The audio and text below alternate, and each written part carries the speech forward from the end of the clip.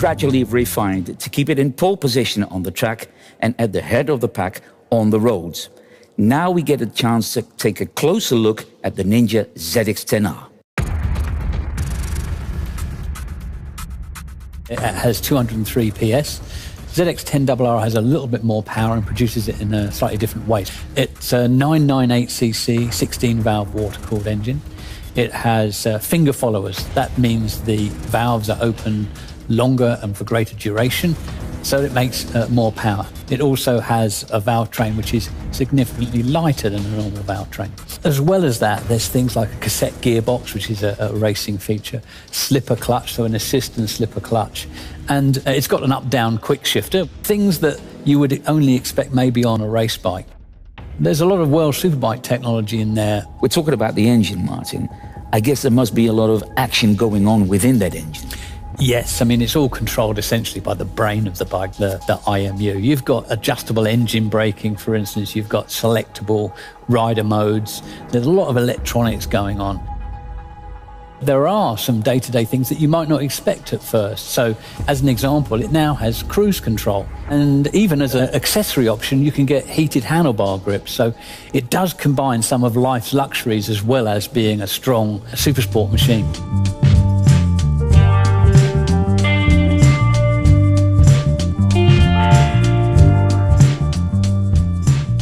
Inside the engine, there's a lot going on, but in terms of the chassis as well, there's a lot of updates. It's got Brembo M50 calipers as an example, but on the RR, the way that it differs from the R is that it's also got things like Marcazzini wheels, which have been developed specifically for the ZX-10RR. The RR is what you would call race ready. Yeah. So it's ready to perform and to be modified or changed if you wish, or even ridden as it is for a super fast track day bike. One thing we really need to explore is the new aero package. There are integrated winglets on the front of the machine. These allow air to pass through the cowling through tunnels. That's 17% more downforce due to having integrated winglets. The aerodynamic package, this takes things to another level. Greater contact area of the tyre, greater grip, greater feedback.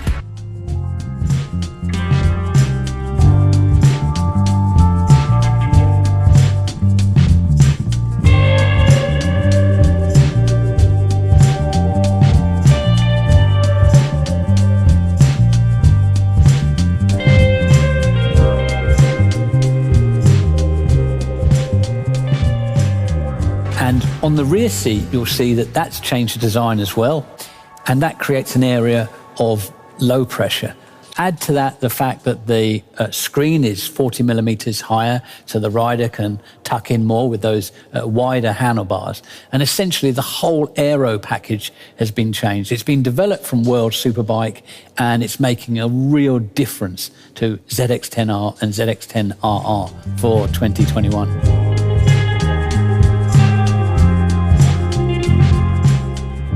We will take our Ninja brand to the next level with technical and engineering updates to both the Ninja ZX-10R and the Ninja ZX-10RR. The Ninja ZX-10R and RR have carried riders to over 120 wins in World Superbike races since 2011, as well as the world-famous Suzuka 8-hour race and many domestic championships, such as the British Superbike Championship. Jonathan Rea won his first ever race on his Ninja and has won multiple World Superbike Championships thanks to Ninja Power. So let's look at this bike of champions that is so loved by road riders, track day fans, and professional racers. The first thing to mention is that all the existing highly praised electronic rider aids, such as rider modes and sports traction control, remain for 2021. Added to this are many new engineering and technical updates, many of these as a result of input from the Kawasaki Racing Team. Hours of testing by the factory team riders, providing information to KCH engineers, has resulted in a number of innovations for 2021, including a new aerodynamics package, compliance with Euro 5 for machines sold within Europe, and further refinements to the ZX-10RR specification. The cowling now features integrated winglets. As air passes over these, the effect is to create downforce. In fact, the 2021 ZX-10R exhibits up to 70% more downforce than the 2020 model.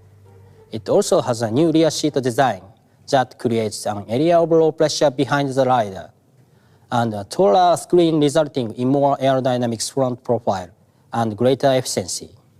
Additionally, there is a new air-cooled oil cooler and new handlebar positioning, thanks largely due to the rigorous testing and feedback from the Kawasaki Racing Team. For the 2021 ZX-10RR, Panko lightweight pistons are new, while the Panko lightweight connecting rod comes as standard specification. These and other measures reduce the cylinder head group weight by approximately 500 grams and also allow the ZX-10RR to rev 400 RPM higher, making more peak horsepower than the ZX-10R, as the machine that has carried racers to the World Superbike Championship podium every year since 2015. The ZX-10R is a supersport icon, and for 2021, we have made both the ZX-10R and the ZX-10RR even better. Road or race, there is only one choice: Ninja from Kawasaki. Thank you, and let the good times roll.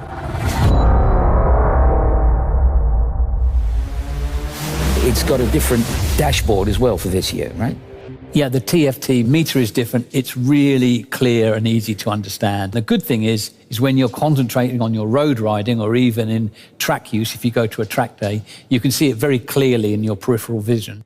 And as you can see on the front of the machine, it has the river mark. So for 2021, the ZX-10R and ZX-10RR have that mark, which is only used on the most special and prestigious machines from Kawasaki. Thank you very much, Martin. And a big thank you to you as well, our viewers, for joining us for this special presentation of the 2021 Ninja ZX-10R RR.